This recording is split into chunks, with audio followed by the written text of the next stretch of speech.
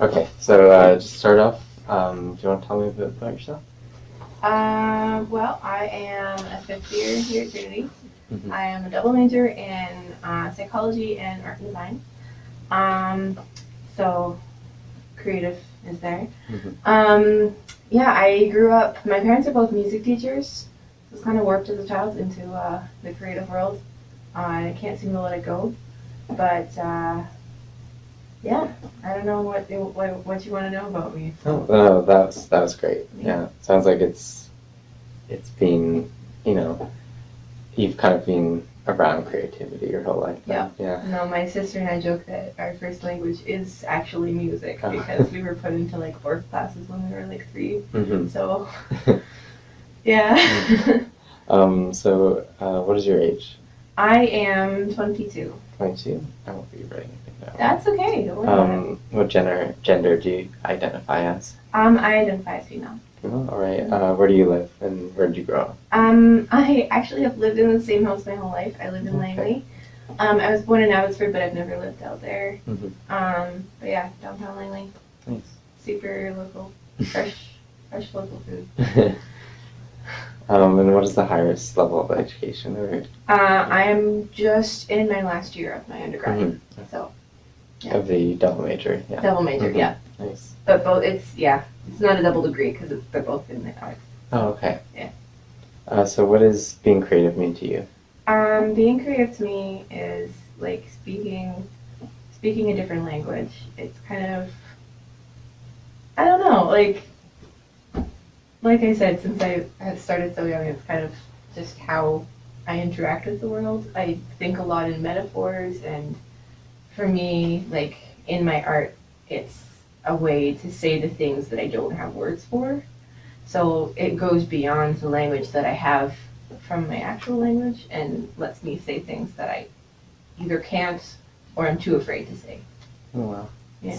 I like that answer. That's good. So it kind of deepens your ability to express yourself then. And Yeah. No, I've dealt with a lot of anxiety in my life, and it's often hard for me to put those kind of feelings, especially into words.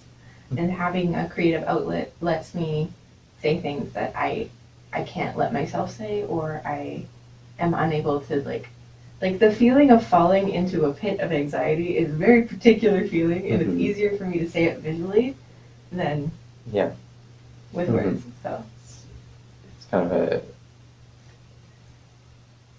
it lets you describe things that you can't describe with words. Then it's yeah. Mm-hmm. It's additional language.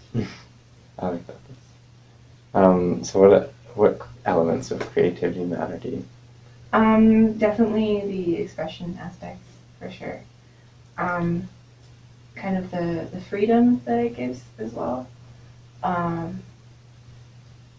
the same time, it's also really hard, and for some reason that's appealing to me.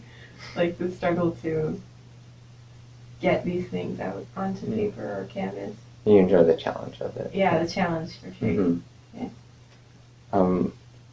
So in this study, we we're working with people who self-identify as creative. Mm-hmm. What does it mean to you to have creativity as part of your identity? To me, it kind of strangely makes me more empathetic. I'm really good at seeing patterns in things, and I'm really good at drawing out. Like I said, I speak and think in metaphors, so it helps me take those metaphors and apply them to life, I think. Mm-hmm. Like, yeah. I don't know if that made sense. No, I think so. It's you're obviously quite a visual learner then, and it's it helps you step into other people's worlds then. Yeah, for sure. It makes it easier for me to identify with things I don't understand immediately, I think. Because art is kind of question making and exploring, so it makes it easier to step into things I don't understand, I guess. That's really interesting. Wow. Yeah. So how do you feel when you're being creative? It alternates. it's a very frustrating process for me. It's very difficult when I'm trying to get something out and it's not coming out. I would say the final few steps when I can see that it will go okay, that's like a really elated feeling, like very connected and excited about what I'm doing. Mm-hmm. The earlier processes are a little bit, there's a lot of swearing. Yeah, it's more frustrating at the beginning because I think I don't know what I'm saying yet. Huh. Yeah, you like the challenge, but it's also can be quite. There's good and bad parts of it. Maybe Yes, you there's really. ups, there's downs. It's a roller coaster of beautiful things. All right, so could you tell me about a recent time you felt like you were being creative? Maybe you're caught up in something you're doing creatively or experiencing a creative moment. Yeah, sure. I'm actually working on my senior art show right now. Mm-hmm. So I've been making these wire figures that are like kind of messy and all over the place and reaching for each other. And I'm making a bunch of them. I have, I think, like 14 right now. But yeah, they're like falling through space, and it's the relational part of my brain that I'm trying to figure out. But I don't know if you've heard of the Red String of Fate. No, I haven't. No, before. it's an Asian folktale kind of motif. I think it originated in China, but the version I like is the Japanese version. Mm-hmm. It's this idea that you're intrinsically connected with the red string to people that you're supposed to meet and like do very impactful things with. In the Chinese one, it's more romantic. In the Japanese version, it expands from just romantic to like anything. Mm-hmm. So I'm kind of, right now that's what I'm working with, and that kind of feeling of exploring that connection, because connections are hard for me. I have a lot of trouble with that. So that's my current question. I hear you saying, you said earlier that it helps you step into something you don't understand. Yes. And this art is, Yes, you're no, it's stepping very into much me and the trying to relational. understand. Yeah. But could you maybe expand on that a bit more, the relational? The relational, yeah. So, like I said, I have some anxiety. Mostly it's social anxiety. So, connecting with people is very difficult for me initially. Once I'm in a relationship, it's easier, obviously. But the first steps are always hard for me. And right now, I am standing at the edge of a big void that is the rest of my life, and imagining what it's going to be like to go to grad school and meet all these new people in a new province, probably if I end up going where I think I'm going. And like trying to, it's a very anticipatory, tense feeling. And I'm trying to figure out where it's going and kind of figure out how it's going to be okay, I guess. Yeah, it's a bit scary because you're starting new relationships, which is hard. Yeah. So it's me kind of figuring out that question, exploring it, and trying to give myself a way to be okay with it, I guess. Mm-hmm. It sounds like while you're in this process where it's deeply personal to you. Then it's very personal. It's more than just an aesthetic thing. It's it's an exploration of self, but an idea as well. Yeah, no, 100%. It's very personal to me. A lot of the work that I do is very much inside my head and then leaking out, I guess, if that makes sense. Can you expand on that a bit more? Yeah. It's like there's a lot going on in my head, and I'll walk around in these little knots in my brain for a really long time, and I'll sketch about them, and I'll like write about them, and I'll try to figure them out, and then as I'm starting to work on figuring it out instead of just like looking at the problem, then I start moving into making art, and so it kind of like leaks out into what I'm doing. And even if I haven't actively been like paying attention to the fact that I'm thinking about it, it'll come out. Because recently I started doing these paintings of people's hands, and I didn't realize how much I was thinking about how much I express with my hands. You've probably noticed I've been talking all over the place with my hands. But yeah, it was really funny for me to see that happen. When I finished the first one, I was like, oh, I guess I've been thinking about this. Mm-hmm. Yeah, so kind of what's going on up here leaks out into what I'm doing. It's personal even when it's not meant to be, actually. Yes. That's what it. Yep. I don't always want it to be personal, but it pretty much always is. And how is it when you're making this art? Like, how do you feel when you're? It's a mix of excitement and agitation and frustration and anticipation. It's just a bunch of very complex feelings. When it's starting to make sense to me, or when I make a brush stroke, or I wrap the string, whatever, in a way that like feels right, it's just this deep intrinsic feeling of like, yes. That's really interesting, though. Yeah. I'm just like, I'm hearing this, I'm just like very, it's really interesting. Oh, yeah. I'm curious too, like, how do other, this is deeply personal, but how do other people influence your art? So like, while you've been doing this, has anyone else been around you? Oh yeah, no, I love working with other people. A lot of the senior students, we work together in the studio. I'm actually a TA as well, so I host open studio nights every week. So there's usually at least a couple people around while I'm working. But I think the best part about that is like you really reach out to each other. Like it's exciting to see what other people are working on, and you don't want to interrupt them, but you're always watching what they're doing. And if like it can be really inspiring to see what other people are working on, because like sometimes even if they're like looking at something different, if they're going for a different question than you are, you can still learn from what they're doing.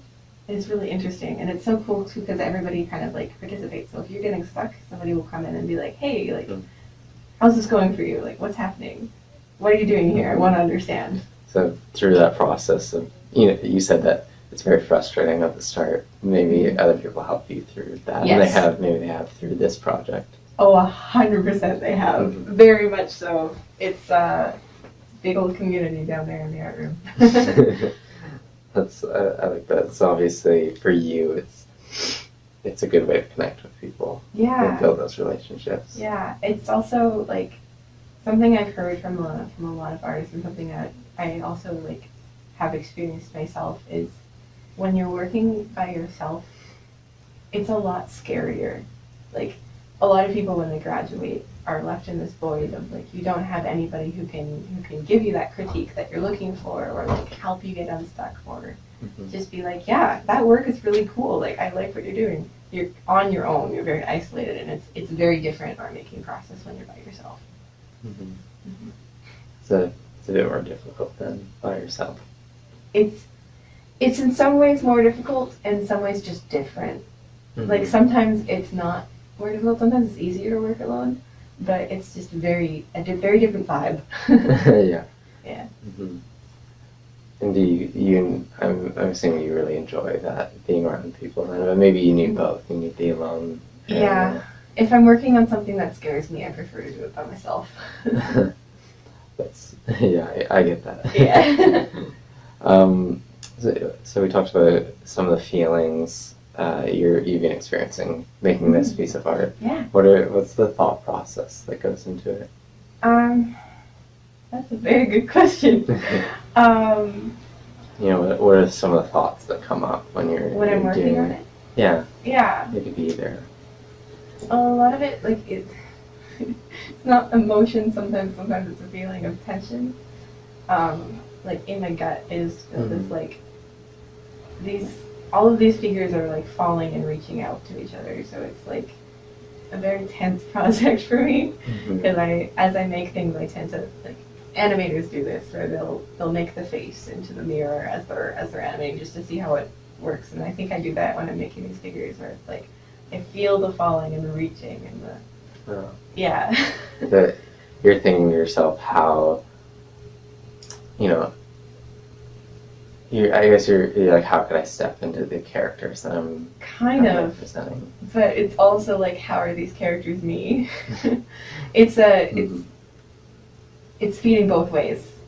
So it's how are they me and how am I them? Mhm. Like, and I don't know, I get a lot of conflict when I'm working on this particular piece, but also a lot of joy simultaneously. It's a very complicated feeling, but Mhm. Maybe I'm maybe you're still in that, the frustrating part. I sure But am. I'm sure it'll feel good when you. I'm like a third of the way through, so we're still very much in the Mhm. more like I don't know what's happening phase, but like when I finish a figure, it's more like I have a lot of empathy for it. It's very strange.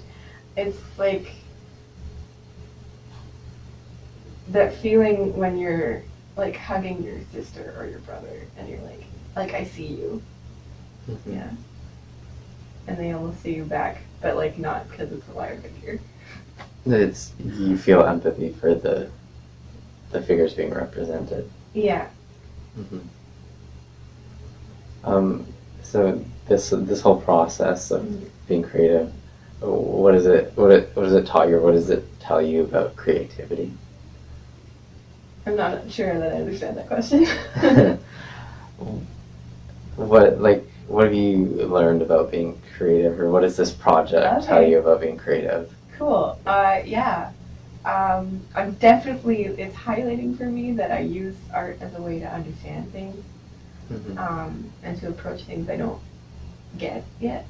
Um, yeah, I think that's the biggest part. But it's also, for me, it's just because of the specific thing I'm working on, it's teaching me to be more aware of the way I connect with people, which is really interesting because I thought I was aware, but I'm getting even more aware, I guess. So So the creativity, but this, especially this piece of art in particular, is showing you. Sorry, I lost my train of thought. That's okay. It's kind of it's shown you how much art can connect you with other people or teach you. Kind of, yeah. It's in the broader sense, it's showing me how much I use art to understand the world and to understand other things Mm-hmm. and other people. In the more specific sense, it's showing me on this particular issue, like how important connection is to me, how much I value it, how much I'm scared of it, how um, how much it is like a very complex thing for me. Like I didn't know that this was something I thought so much about until I started working on this piece. Mm-hmm. Yeah, so it's taught you a lot about you then. Yeah. And very self-reflective, the art. Mm-hmm. Mm-hmm. Self-reflective and just kind of world learning, I guess. Yeah. Is there anything you'd like to share about this experience? I feel like I've covered most things, but it's been an interesting process I'm very excited. of learning about myself. Mm-hmm. I'm very excited to see this. Yeah, it See should your be piece going of up art. in the end of the year. Not this semester, but next semester. Mm-hmm. If it works out. Who knows? I'm sure you'll get there. Mm-hmm. It sounds to me that you're very passionate about this. Yes. Very. And I hope you learn more about yourself through this. I definitely am. I definitely It's am. more to come, I'm sure. Mm-hmm. Mm-hmm. Every time I do art, it's like a course in myself. It's like a counseling session. Yeah. Me and my paints and my wire and my string. They're a little bit mean though. So, if I may, I'd like to talk about how your about your religious identification. Of course. Yeah, I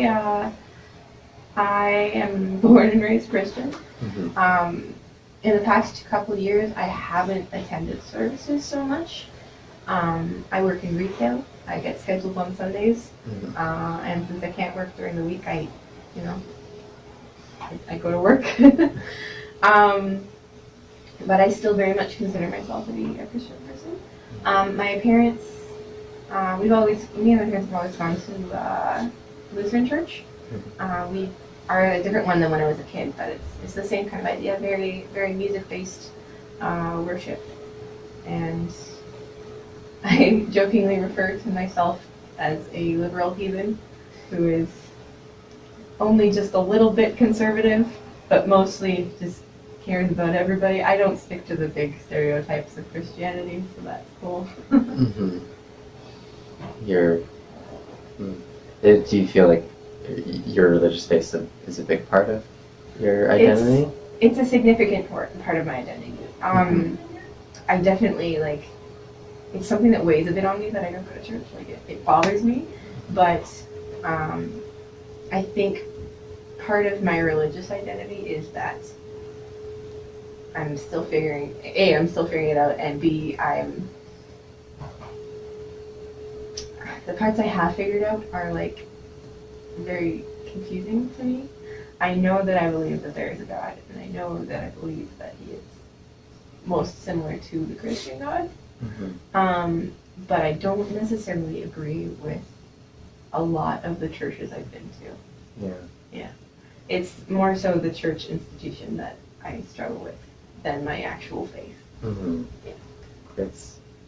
It's a big part of your life, but it sounds like you're struggling with the questions, but also the culture as well. Yeah. Maybe it doesn't feel like a perfect fit. Maybe there's parts you disagree with, and that's kind of difficult. Yeah, I haven't found a section of Christianity that fits me best, I guess. Mm-hmm. But at the same time, I also kind of believe that it's all human interpretation at this point. So, the different sections of Christianity to me are not so much who's right, who's wrong. It's, different people interpreting this big thing that we can't comprehend. Mm-hmm. It's a bit out of reach to really understand everything. Yeah. And not to say that I don't respect people who go to school and become pastors, and totally their choice to do that, and I thought about doing it at one point, but I'm not sure that I know which part of Christianity is home. Yeah, I understand. Mm-hmm. And then connecting that to creativity, so do you feel like there's a connection between your religious affiliation and your creativity, either direct or indirect? Yeah, no, for sure. I've never directly made a piece that's religious, but I always feel like God's working through what I'm doing. Mm-hmm. Like I said, it's a way of figuring things out for me, and I think that God is there with me when I'm doing that. Yeah, it's it's interesting to be in that moment. Going back to my anxiety, I have a chemical imbalance in my brain, and I believe that is not something that comes from me not trusting God or not, being somebody who is a child of God. And I believe that I was given that as a tool, albeit a very frustrating one. And I think that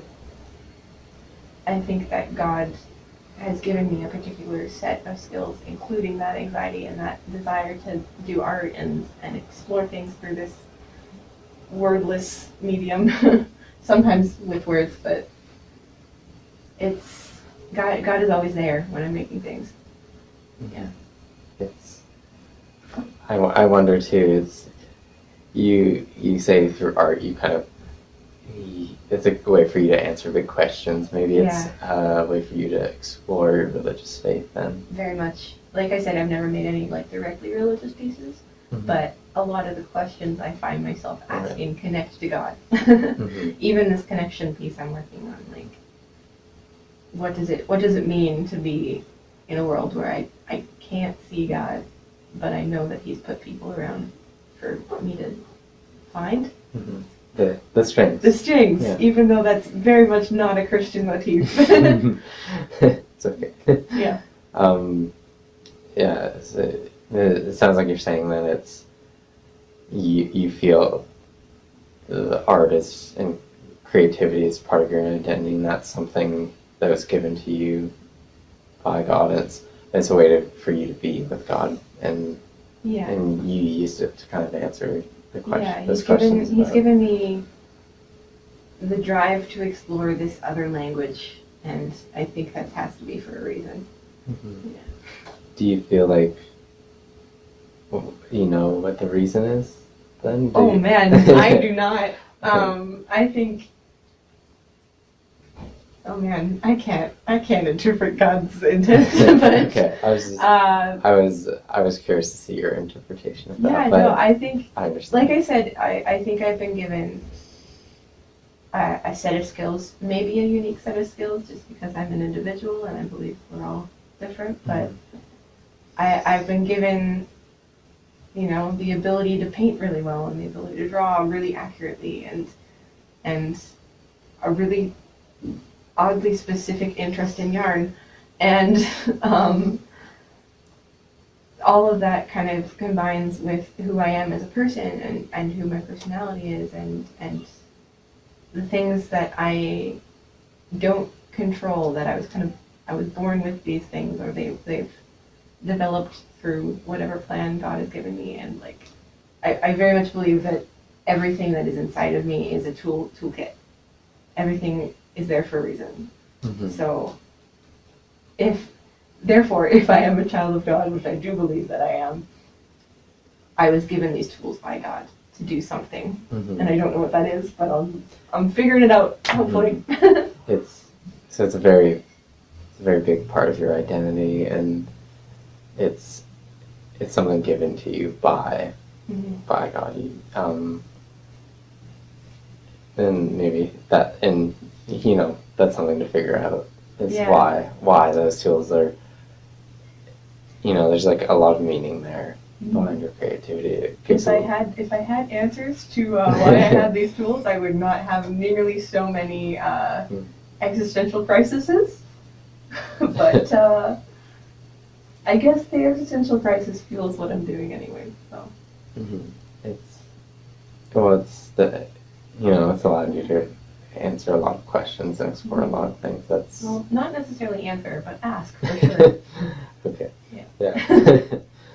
So I wonder if you might describe an occasion when you could sense that your creativity was especially connected to your faith and spirituality. Okay. I'll try and think of one that's relevant, I guess.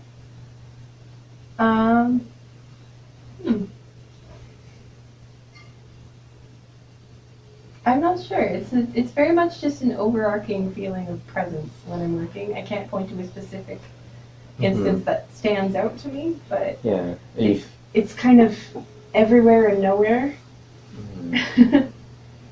It's you feel that it's present every time you do art, not just specifically. And I do remember when I was in high school, before I started getting mentally better, I was in a ceramics class, and I sometimes dissociate, so I disconnect, and I'm watching my body, and it's not mine. And I was in this class, and I know psychologically why this happened, because it's grounding, but when I was working with this clay, like the lights just turned back on, and I felt this sense of peace. And I often find if I'm out of my body, or if I'm having a bad time, and I'm able to make myself do something creative, it usually helps me come back, and I think that it feels like a call back to my body, and like it's kind of comforting, like I love you and I'm here for you and you belong here, so here's this thing for you to do. Yeah. It was very strange. It was like lights fading back on, like when I started feeling this clay in my hands and like making it into something. Yeah. It was just like everything faded back on, and I was suddenly back in myself, and I felt very peaceful. Yeah, That's really interesting. Mhm.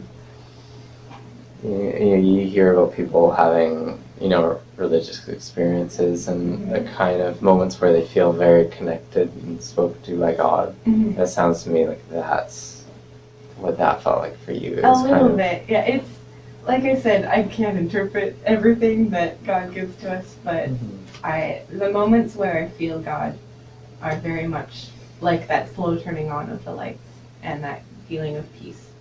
Even if it's like, hey dipshit, please stop worrying so much. I love you and don't do that. Like, Yeah. pardon me for swearing as God, It's but Yeah. I like to believe he's cool with it. Yeah, it's so that feeling you got then is the feeling you keep getting when you do art. Yeah. It's When I'm not doing art and I feel God, it's the same kind of peace that I feel when I'm starting to understand something in my work, or when I come out of a dissociative state and am doing work. So, yeah. So during when you're sculpting, was there anyone else around you? Oh yeah, no, I was in a big classroom of people. Mm-hmm. What feelings were you experiencing when that happened? Frankly, I can't remember very well. I was feeling quite depressed beforehand. Very much not in myself, and as a result of feeling associated, I don't think I can probably describe that, but it's hard for me to connect to those feelings. But afterwards, it was that yes feeling of finishing work, or making a stroke that works. It's like, okay, I'm here. Like, yeah, this is right. Maybe can you expand on that more? You said this is right. What This as in like what I'm doing. So something about, yeah. When I started to work with the clay, it was just a very reassuring feeling and very calm and comforting, I guess. It sounds like it's it's very a therapeutic experience. Very, it's yeah. You struggle with mental illness, and that's kind of a way to ground yourself and and come down.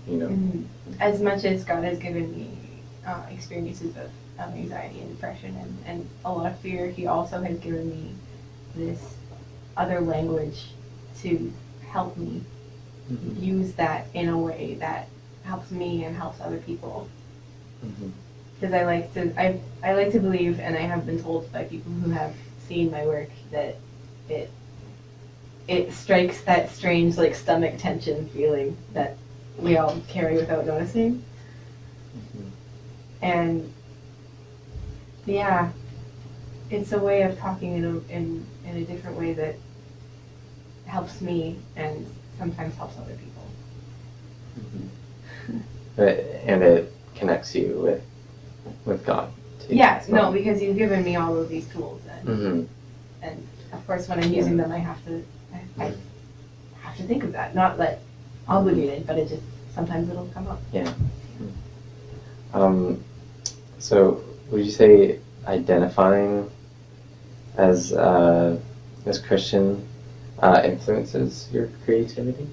I guess so.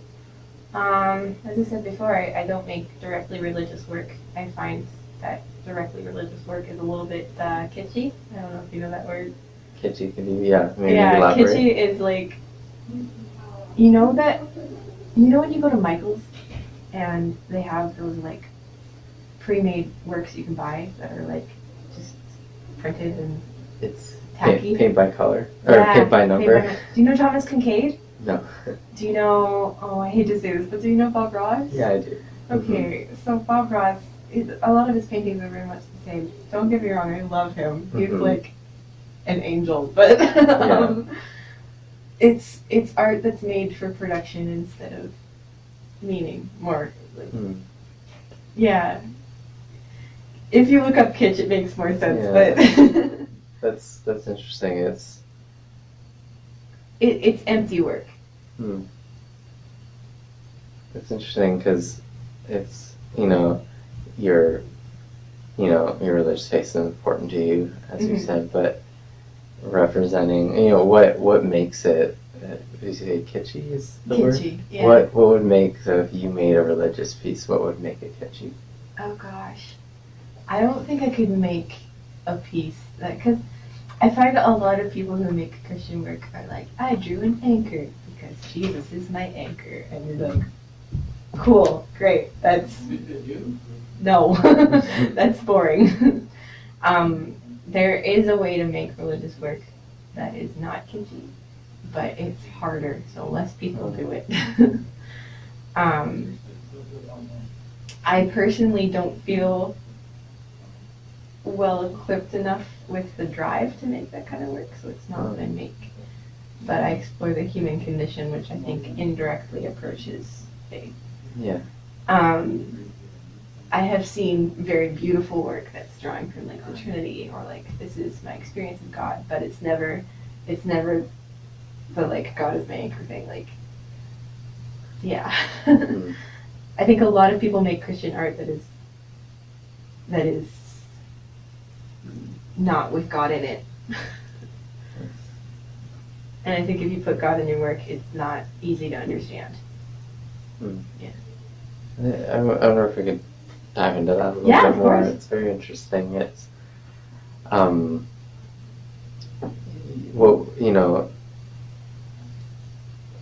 I guess like what is the purpose of religious art then? Like what should it express? What should it look like?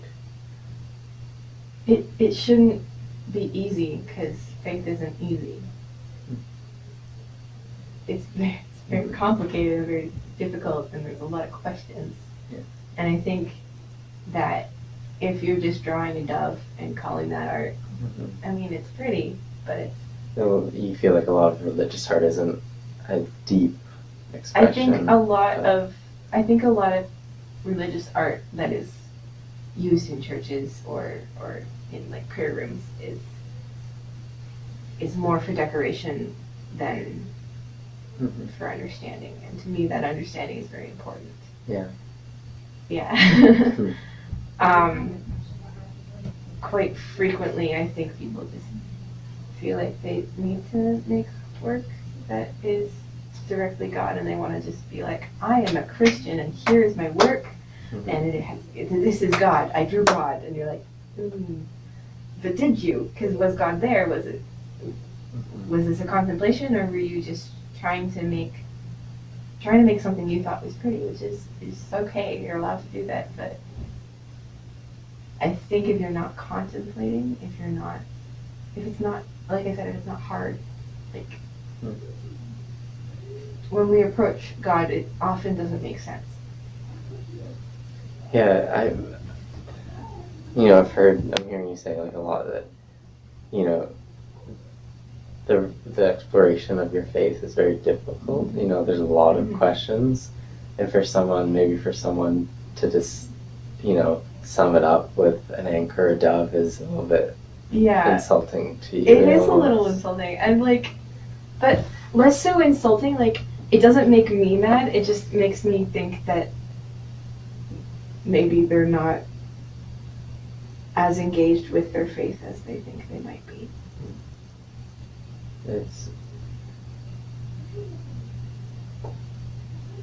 I'm trying to think of a way to describe that. I think maybe it's a bit superficial. Yeah, superficial. They're falsifying the depth that actually approaching faith intrinsically brings people. You feel like religious art should authentically, express, faith, which is very complex and almost intimidating thing sometimes. Yeah. I think both art and faith are very complicated things, and if you're having an easy time with either, you probably need to, take a few steps back and actually look at what you're doing and maybe figure out what's actually going on. Mm-hmm. It's easy to pretend that it's easy, but Yeah. it's often not. In both cases. Could you tell me a story, the story of your religious identification? So, like where you talked about bit where you were brought up. Mm-hmm. It's kind of like a testimony kind of thing. Yeah. Yeah, sure. So like I said, born and raised Christian. I never really questioned the idea that there was a God until I was in high school and I started going through mental health. Mm-hmm. But at the same time, I never let go of the idea that there was someone there. Like I've always, even in the roughest moments, been like, there is a God. I just don't know what he's like. Mm-hmm. To me, it was a very long road to actually personalizing my faith. I went to church every Sunday for years and years and years, like my whole life. And when I got here to university is when I started looking at a lot more parts of my life more closely, and part of that was my faith, especially since this is it's a religious school. And in my first year, I would say I was struggling a lot with the idea because I was going through a lot of bad shit. It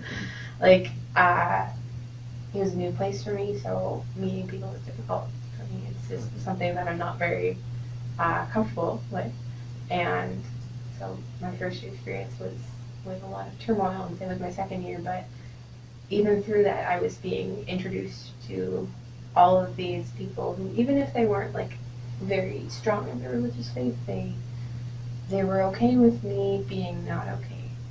And I have a very distinct memory of walking around campus at night one time, even though I'm terrified of the dark. And it had been a very long month for me. It was a lot of frustration and fear and worry, and just a very big tension inside, a lot of knots. And as I was walking around, I was like, God, I don't know what to do. I don't know what I'm doing wrong, because you gave me this feeling of anxiety. You gave it to me, and I believe that, and I don't know what I'm supposed to do with it. And I just had this very big sense of you need to let go. You just need to stop and let me do this. And it was at that point that I started being you know what? I don't know. And I just have to do what I feel like I should be doing right now. And I'm not perfect. I don't always remember to trust God, but it was that feeling, the same feeling of peace I got when I was working on that clay, where it was nope, you know what? You just need to, stop trying to do this all on your own. Yeah. Maybe surrendering a bit as well. Yeah. Too. I mean, it didn't happen right away because I'm a bit stubborn, but that was when I started feeling like it was okay that I maybe wasn't able to go to church because of work or because of being too depressed to get out of bed. But God was there, and He saw me and He knew me. And even if I can't figure out the details, I felt Him there. It was a bit humbling. Yes. Experience. It was very affirming. Yeah. For me. Yeah. Mm-hmm. It was this feeling of you don't know the details, but you have the big idea of there is a God, so you got that one.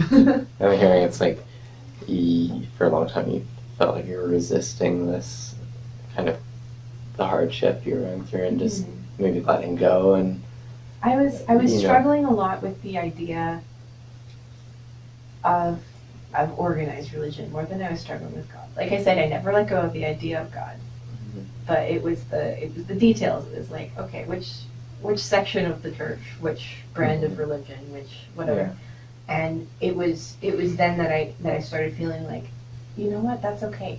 You're allowed to just believe that there is a God, and you don't have to know every detail. Mm. Your faith doesn't, you don't have to know everything before you're allowed to be a Christian. Yeah. That's obviously very significant. Yes. It's not only letting go and giving faith that God has a plan for you, but it's letting go and this kind of humbling that maybe admit that you don't know. Yeah, I don't know who's right, but I know that there's a God. I have felt him in my life, and I strongly believe that he is there, but I have no clue who's right. Yeah, that's all right. I do have certain convictions about things we shouldn't have opinions on, but I don't think it's our place to judge everybody, because I sure as hell don't know what's going on, so... Still a lot of questions. Yeah, no, life is full of questions. What practices and traditions do you keep? Yeah, I try to go to services when I can. I honestly don't practice very much. It's more of a personal relationship that I have with God. I try to enact what I think is a godly way of being.